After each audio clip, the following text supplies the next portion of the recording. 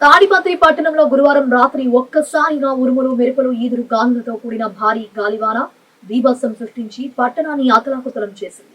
అర్ధరాత్రి వేళ వీచిన బలమైన ఈదురు గాలుల తాటికి పలుచోట్ల భారీ వృక్షాలు వేళ్లతో సహా పెగలించుకుపోయి పడ్డాయి. చెట్లు, ప్రధాన విద్యుత్ తీగలు, ట్రాన్స్ఫార్మర్లపై పడటంతో భారీ శబ్దాలతో అనేక విద్యుత్ స్తంభాలు నేలకొరికాయి. దీని ప్రభావంతో పట్టణంలోని దాదాపు అన్ని వార్డుల్లో రాత్రంతా విద్యుత్ సరఫరా పూర్తిగా నిలిచిపోయి ప్రజలు అంధకారంలో తీవ్ర ఇబ్బందులు పడ్డారు.